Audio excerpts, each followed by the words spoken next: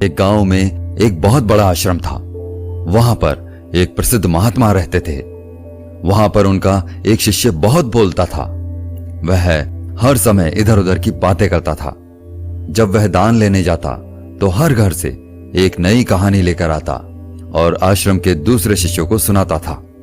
एक शिष्य की दूसरे से बुराई करता, चुगली करता और दूसरों के सामने अच्छा बनने का प्रयास करता। खुद के मुंह से खुद की ही तारीफ करता रहता और हमेशा ही खुद को गुरु के सामने सबसे बुद्धिमान और उत्तम साबित करने का प्रयास करता था। वह खुद को सभी शिष्यों से अलग और श्रेष्ठ मानता था। उसका कहना था कि मैं एक अमीर घर का बालक हूं। अगर मैं चाहता तो एक आरामदायक और सुविधाओं से भरा जीवन जी सकता था, लेकिन मैं वह सब छोड़कर यहां आ गया क्योंकि मुझे सत्य की खोज करनी है, खुद को जानना है, जीवन को जानना है। इसीलिए मेरा त्याग तुम सबसे बड़ा है। मैं सब छोड़कर यहां आ गया क्योंकि मुझे सत्य की खोज करनी है, खुद को जानना है, जीवन को जानना है। इसीलिए मेरा त्याग तुम सबसे बड़ा है। एक दिन गुरु ने आश्रम के सभी शिष्यों को बुलाकर कहा, आप सभी को अगले 1 माह के लिए कोई ना कोई संकल्प लेना है। इससे आपकी संकल्प शक्ति मजबूत होगी और आप में आत्मशक्ति का संचार होगा। आप सभी अपने सामर्थ्य के अनुसार कोई सा भी संकल्प ले सकते हैं और यदि 1 माह से पूर्व आप में से जिसका भी संकल्प टूट जाएगा तो वह अपनी पुरानी दिनचर्या में वापस आ जाएगा। सभी शिष्यों ने अपनी शक्ति के अनुसार छोटे बड़े संकल्प लिए और गुरु को अपने संकल्प के बारे में बताकर वहां से चले गए। लेकिन वह शिष्य जो खुद को सबसे अलग और बड़ा दिखाना चाहता था, वह सीधे गुरु की कुटिया में पहुंच गया और बोला, मैं कोई छोटा मोटा संकल्प नहीं लेना चाहता, बल्कि खुद की ही भांति एक बड़ा और महान संकल्प लेना चाहता हूं। कृपया आप ही बताएं मुझे क्या संकल्प लेना चाहिए। उसकी यह बात सुनकर गुरु मुस्कुराए और बोले, क्या तुम मेरे द्वारा दिए गए संकल्प को पूरा कर पाओगे? क्या तुम्हारे लिए उसे पूरा करना संभव होगा? शायद नहीं, वह तुम्हारे लिए संभव नहीं है। तुम उसे पूरा नहीं कर पाओगे, इसलिए तुम खुद ही कोई संकल्प ढूंढो। शिष्य ने कहा, नहीं गुरुदेव, आप जो भी संकल्प मुझे देंगे मैं जरूर उसे पूरा करूंगा। गुरु ने कहा, ठीक है, तो तुम अगले 1 माह तक चुप रहोगे, मुंह से एक भी शब्द नहीं निकालोगे, यही तुम्हारा संकल्प है। शिष्य ने कहा, गुरुदेव, यह भी कोई संकल्प है? यह तो बहुत ही आसान है, 1 माह तक चुप ही तो रहना है। आप कोई बड़ा संकल्प दीजिए जो मेरी योग्यता के लायक हो, जिसे पूरा करने में मुझे समस्याएं हो। गुरु ने कहा, पहले तुम इस संकल्प को तो पूरा करके दिखाओ। शिष्य ने गुरु की बात मान ली और वह उसी समय चुप हो गया और पलटकर कुटिया से बाहर निकल गया। उसे चुप रहना बहुत आसान लग रहा था। उसने एक दिन तो जैसे तैसे चुप रहकर काट लिया, लेकिन दूसरे दिन से उसके मन में ना बोलने का बोझ बढ़ने लगा। तीसरे दिन उसे भारीपन महसूस होने लगा और चौथे दिन उसके अंदर एक अजीब सी बेचैनी होने लगी, क्योंकि उसके आसपास आश्रम के सभी शिष्य एक दूसरे से बात कर रहे थे। वह भी अपना पक्ष उनके सामने रखना चाहता था और उनकी बोलती बंद कर देना चाहता था, लेकिन उसका संकल्प उसके आगे आ रहा था। इसीलिए वह पूरे दिन सिर्फ मुंह और आंखें बनाता रहता। इसी तरीके से कुछ दिन और बीते और वह शिष्य बीमार पड़ गया। उसका सिर फटा जा रहा था। उसका खाने पीने तक का मन नहीं कर रहा था। वह सिर्फ बोलना चाहता था। वह गुरु के पास गया और उनके सामने बैठकर लिखकर उन्हें बताया, गुरुदेव, मैं बोलना चाहता हूं, बिना बोले मुझे सांस नहीं आ रही, मेरा दम घुटता जा रहा है, मैं अंदर ही अंदर पागल हुआ जा रहा हूं, मैं क्या करूं? संकल्प तोड़ दूं क्या? यह पढ़कर गुरु मुस्कुराए और बोले, संकल्प तो तोड़ने के लिए ही होते हैं, लेकिन जो अपने संकल्प को पूरा कर लेता है वही अपनी आंतरिक शक्ति को बढ़ाता है, और जो अपनी आंतरिक शक्ति को बढ़ा लेता है वह समझ और जागृति की राह पर आगे बढ़ जाता है। संकल्प का लेना भी तुम्हारे हाथ में था और इसे तोड़ना भी तुम्हारे ही हाथ में है। तुम्हारे बहुत से भाई अपने संकल्प को तोड़कर अपनी पुरानी दिनचर्या पर वापस आ चुके हैं। अगर तुमसे नहीं हो पा रहा तो तुम भी अपना संकल्प तोड़कर अपनी पुरानी दिनचर्या में वापस आ सकते हो। लेकिन याद रहे, अगर आज तुम इस छोटे से संकल्प को नहीं संभाल पा रहे हो तो अपनी बाकी की पूरी जिंदगी को कैसे संभाल सकोगे? बाकी फैसला पूरी तरह से तुम्हारे हाथों में है। गुरु की यह बात उस शिष्य के दिल में चोट कर गई। वह बिना कुछ बोले वहां से वापस चला गया और खुद को अपनी कुटिया में बंद कर लिया।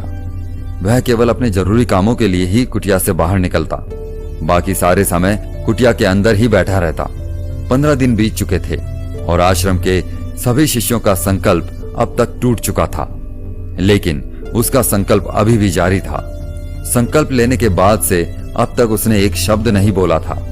सारा आश्रम हैरान था कि इतना बोलने वाला इंसान चुप कैसे हो गया। 15 दिन बीतने के बाद वह दोबारा अपने गुरु के पास गया और लिखकर बताया, हे गुरुदेव, मैं बाहर से तो चुप हूं, लेकिन मेरे भीतर बहुत सी आवाजें हैं, बहुत सी चीख पुकार और शिकायतें हैं। मैं अंदर ही अंदर बात करता रहता हूं। मेरा मन तरह तरह के प्रश्न पूछता रहता है। मैं बाहर से जितना मौन हूं, भीतर से उतने ही शोर शराबों से भरा हुआ हूं। क्या इस तरह मेरा संकल्प अभी भी जारी है? गुरु ने कहा, हाँ, तुम्हारा संकल्प अभी भी जारी है, लेकिन जब तक लोगों की ये आवाजें तुम्हारे कानों में पड़ती रहेंगी, तुम्हारा मन बोलता रहेगा, क्योंकि इसे तो आदत है बोलने की। तुम भले ही बाहर से चुप रहो, लेकिन तुम अंदर ही अंदर बोलते रहोगे। तुम्हें इन बातों से, इन आवाजों से दूर जाना पड़ेगा। शिष्य गुरु को प्रणाम करके वहां से चला जाता है और सुबह होते ही अपनी कुटिया को छोड़कर जंगल की तरफ निकल जाता है। कई दिन बीत जाते हैं, संकल्प का समय भी पूरा हो जाता है, लेकिन शिष्य लौट कर नहीं आता। आश्रम में सभी को डर था कि कहीं जंगली जानवरों ने उसे खा ना लिया हो। इस बीच उसे ढूंढने की बहुत सी कोशिशें की गई, लेकिन वह कहीं नहीं मिला। सभी गुरु भाइयों ने मान लिया था कि जंगली जानवरों ने उसे अपना शिकार बना लिया है, लेकिन गुरु को ऐसा नहीं लगता था। एक दिन आश्रम का एक अन्य शिष्य गुरु के पास आया और बोला, गुरुदेव, हमारे उस अधिक बोलने वाले भाई के साथ क्या हुआ होगा? क्या जानवरों ने उसे मार दिया होगा? गुरु ने कहा, हो सकता है कि जानवरों ने उसे अपना शिकार बना लिया हो, लेकिन उसके ना लौटने की एक दूसरी वजह भी हो सकती है। शायद उसे वह मिल गया है जिसके लिए वह गया था। फिर शिष्य ने पूछा, गुरुदेव, क्या ज्यादा बोलना इतना हानिकारक होता है? गुरु ने कहा, इंसान के जीवन में बहुत सारे दुखों में से एक दुख यह भी है कि वह कभी चुप नहीं रह सकता, हमेशा कुछ ना कुछ बोलता ही रहता है। सिर्फ हमारे बोलने के कारण हमारे आधे से ज्यादा दुख पैदा होते हैं। परिवार के अधिकतर झगड़ों की वजह हमारा बेमतलब का बोलना ही होता है। हम में से कोई भी चुप नहीं रहना चाहता, हम बस सामने वाले को सुना देना चाहते हैं। जो भी हमारे मन में है सब निकालकर उसके मन में बैठा देना चाहते हैं। उसे समझा देना चाहते हैं कि देख, तू गलत है और मैं सही।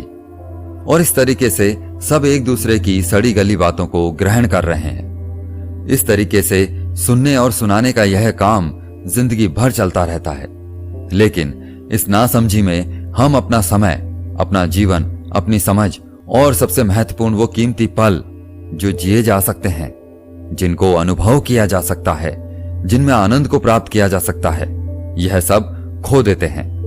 लेकिन इसके बदले हमें मिलता क्या है? कुछ नहीं, सब व्यर्थ और बर्बाद हो जाता है। इस पागलपन में हमने क्या खो दिया, इसका एहसास केवल कुछ ही लोगों को हो पाता है। बाकी लोग जैसे उन्हें अपने आने का पता नहीं, वैसे ही उन्हें अपने जाने का भी पता नहीं चल पाता। शिष्य ने कहा, तो फिर इसका समाधान क्या है? गुरु ने कहा, पूरी जागरूकता के साथ अपने विचारों को देखना, यही एकमात्र तरीका है। सारी मानसिक समस्याओं का वर्तमान में रहकर चिंतन करना, पूरी जागरूकता के साथ अपना काम करना जिंदगी में चमत्कारी बदलाव ला सकता है।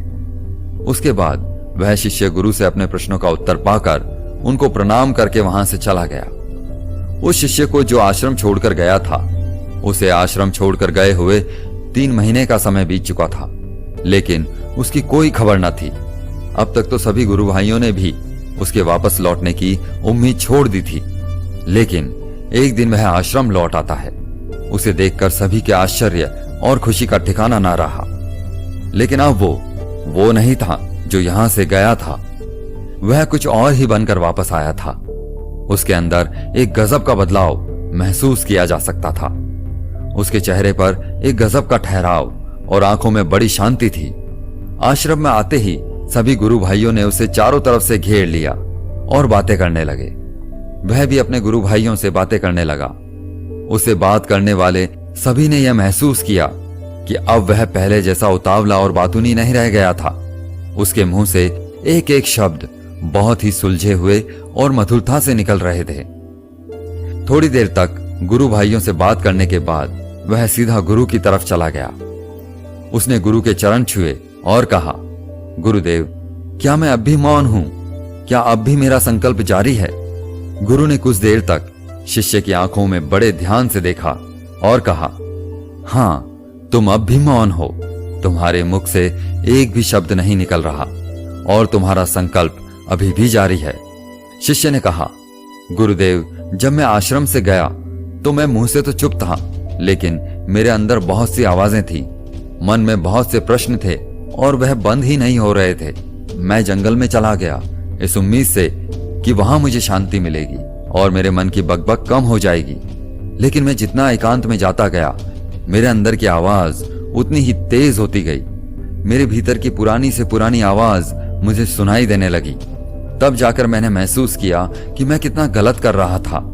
जब मैं अपने परिवार वालों को, दोस्तों को और गुरु भाइयों को बुरा भला कहता था, उस समय मुझे लगता था कि मैं सही कर रहा हूं। जब मैं गुरु भाइयों की एक दूसरे से चुगली करता था और उनका मजाक बनाता था, तब भी मुझे लगता था कि मैं उनसे बेहतर हूं और मैं सही कर रहा हूं। लेकिन उस दिन मैंने पहली बार महसूस किया कि मैं कितना गलत बोलता था।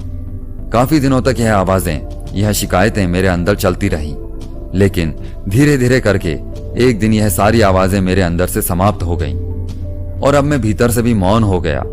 उस घने जंगल में बाहर से कोई बोलने वाला था नहीं और भीतर कोई आवाज बची ही नहीं थी और मैं उस दिन पहली बार मौन का सही अर्थ समझा। मेरे चारों तरफ बहुत शांति थी। हालांकि अभी भी कुछ आवाजें आ रही थीं जो पहले भी आती थीं, लेकिन मैं उन्हें सुन नहीं पाता था। पर अब वे सभी आवाजें मुझे स्पष्ट रूप से सुनाई दे रही थीं। हवा के चलने की आवाज, चिड़ियों के चहकने की आवाज और पानी के बहने की आवाज, ये सभी आवाजें मैंने पहली बार पूरे होश पूर्वक सुनी। अपने चारों तरफ इतनी शांति मैंने पहले कभी महसूस नहीं की थी। तो इस शांति को भंग करने के लिए मैंने पहली बार अपने मुंह से कोई शब्द निकाला। मैं चिल्लाया, हे ईश्वर, यह कैसी शांति है? सभी कुछ इतना शांत क्यों है? ऐसा क्या हो गया? लेकिन मेरे चिल्लाने के बाद भी वह शांति भंग नहीं हुई। सब कुछ पहले जितना ही शांत था, बाहर भी और भीतर भी। हे गुरुदेव, मैंने अपने गुरु भाइयों से बात की, मैंने आपसे बात की, मैं बोल रहा हूं, मैं चल रहा हूं, मैं सब कुछ देख रहा हूं, लेकिन मैं अपने भीतर एकदम एकांत में हूं, मौन में हूं। भीड़ में होता हूं तब भी भीतर से अकेला एकांत में होता हूं। जब मैं खुद से भी शोर करना चाहता हूं तब भी एकांत में ही होता हूं। अब सब दिखाई पड़ने लगा है, सब सुनाई पड़ने लगा है। गुरु ने कहा, जब तक हम बाहर की तरफ बोलते रहेंगे भीतर अशांति ही रहेगी, लेकिन जिस दिन हम भीतर की तरफ मुड़ जाएंगे तब हमारे मुंह से कुछ भी निकलेगा तब भी हम शांत ही रहेंगे। दुनिया में जितनी भी बुराइयां हैं ज्यादातर हमारे बोलने से ही उत्पन्न होती हैं, क्योंकि हम चुप नहीं रहना चाहते। हम जितनी जरूरत है उससे कहीं ज्यादा बोलते हैं। हम सामने वाले को सुनना नहीं चाहते, बल्कि उसकी बोलती बंद कर देना चाहते हैं। उसे समझा देना चाहते हैं कि मैं कौन हूं, मैं क्या कर सकता हूं, और यही हमारी जिंदगी का मकसद बनकर रह जाता है। हमारी सारी ऊर्जा इस व्यर्थ के बोलने में बर्बाद हो जाती है। ऐसी ही समझ से लोगों का जीवन दुखों से भर जाता है, जो हमेशा एक दूसरे को सुनाने में लगे रहते हैं, कभी एक दूसरे को सुनना नहीं चाहते, समझना नहीं चाहते, और चुप रहना तो उन्होंने कभी सीखा ही नहीं, क्योंकि चुप रहना उन्हें छोटा महसूस करवाता है।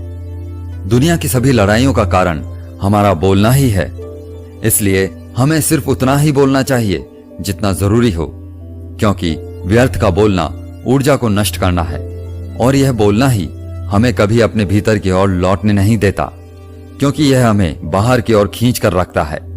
और बाहर है ही क्या इस संसार के अलावा। लेकिन अगर अपने भीतर के संसार की ओर मुड़ना है तो इस मुंह को बंद रखना ही चाहिए। इसलिए जितने भी महात्मा हुए, बुद्ध हुए, आत्मज्ञानी हुए, वह सभी एकांत की ओर भागे ताकि उन्हें ज्यादा ना बोलना पड़े, ज्यादा सुनना ना पड़े। वो एकांत में रहे और शांत रहे, इसलिए आसानी से अपने भीतर की यात्रा कर पाए। लेकिन अगर कोई चाहे तो इस संसार में रहकर भी एकांत में रह सकता है, शांत रह सकता है, लेकिन इसके लिए उसे अपनी ऊर्जा बचानी होगी, जिसे अब तक वह अपने व्यर्थ के शब्दों में बर्बाद कर रहे थे। दोस्तों, इस कहानी की सीख यही है कि व्यर्थ का बोलना ऊर्जा को नष्ट करना है। ज्यादा और व्यर्थ बोलना ही हमें अपने भीतर की ओर लौटने नहीं देता, क्योंकि यह हमें बाहर की ओर झुकाए रखता है। और जिन्हें भीतर की यात्रा करनी है, उन्हें अपने मुंह को बंद ही रखना चाहिए। हमें उम्मीद है कि आपको यह कहानी पसंद आई होगी और काफी कुछ सीखने को मिला होगा। कहानी के बारे में अपने विचार आप हमें नीचे कमेंट बॉक्स में कमेंट करके बता सकते हैं। जाने से पहले वीडियो को लाइक करें और चैनल को सब्सक्राइब